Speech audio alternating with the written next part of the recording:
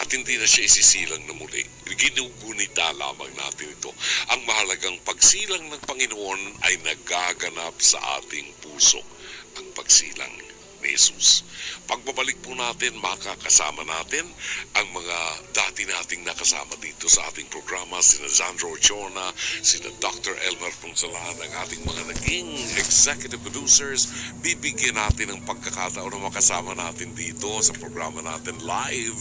Ang mga nakasama natin, sina mga producers natin, sina Paul Bea, who has been part of the program also sa mga paglilingkod natin. Pagbabalik po ng Dr. Love sa Teleradio. Don't go away.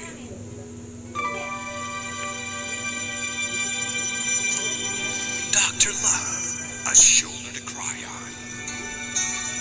Heart to heart with Dr. Love. Welcome po sa ating programa, Dr. Love Radio Show. Ito si Brother June Banag. 25 taon, ganyan katagal nang napapanood at napakikinggan ang Dr. Love Radio Show. Maging ugali po natin na mapagnilayan natin ang pangaraw-araw na salita ng Diyos. Naging sandalan ng mga may problema sa pag-ibig, pamilya at relasyon. Pag-usapan natin ang problema niyo. Sa ating pagsasama, marami-rami na ring dumulog at nabigyan ng payo. Ilan sa mga ito ay tumatak at di kailanman malilimutan. Gaya ng kwento ng isang amang binitbit sa kumbento, ang wala ng buhay na anak. Alam mo, Brother John, kahabag itong sitwasyon nga nitong isang ama dito sa kahabaan ng Tayuman Street sa lungsod ng Maynila. Kip niya ngayon yung wala ng buhay na katawan ng kanyang anak, itong 2 years old na kanyang anak na lalaki.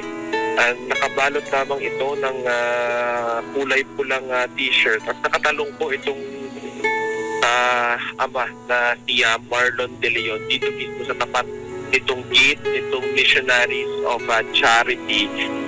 Live na kinausap at inalam ng Dr. Love Radio Show at ni Radyo Patrol 48 Sandro Ochoa ang sitwasyon.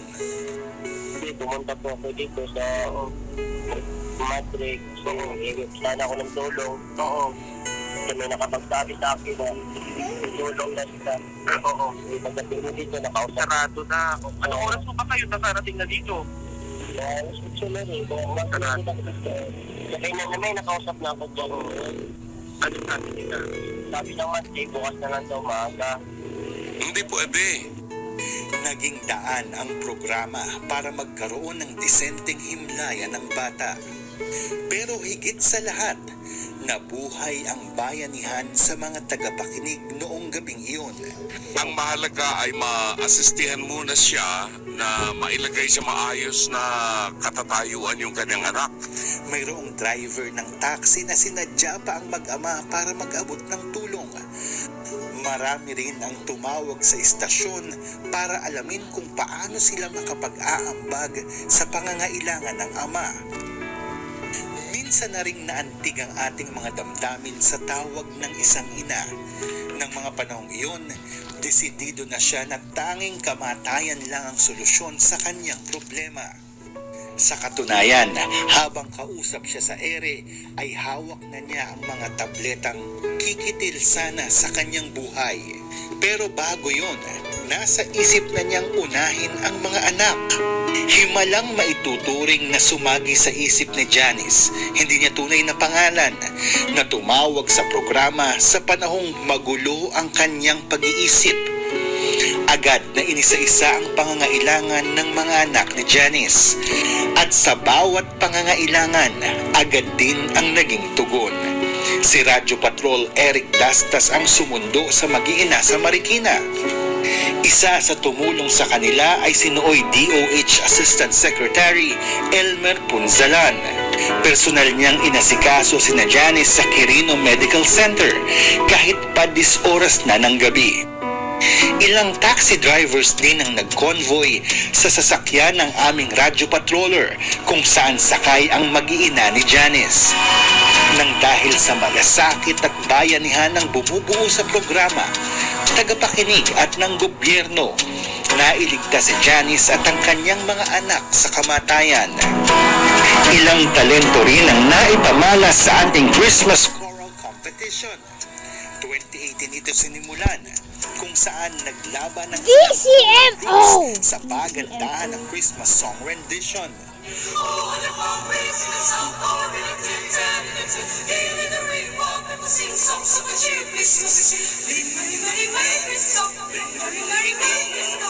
Wesleyan Chamber Singers ang hinirang na Dr. Love Christmas Choral Champion noong unang taon. At PUP Bagong Himig si Renata naman noong 2019. Nakilala rin ang ating programa sa mga pilgrimage na aming idinokumento upang maisama namin kayo sa pagtuklas ng mga milagro ng Panginoon.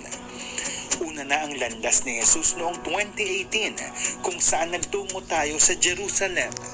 Isang panalangin na itinuro niya sa mga apostol. Higit 2,000 taon na ang nagdaan at dinarasal pa rin magpa hanggang sa ngayon. At ang himala sa Fatima na dinayo pa natin sa Portugal.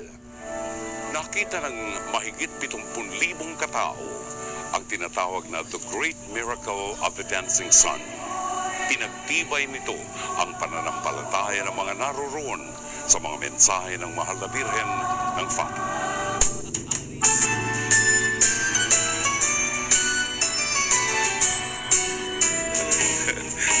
Magandang gabi ho. Ito si Brother June Banaag. Kasama niyo hanggang 1:00 ng umaga dito sa programa Dr. Love Radio Show.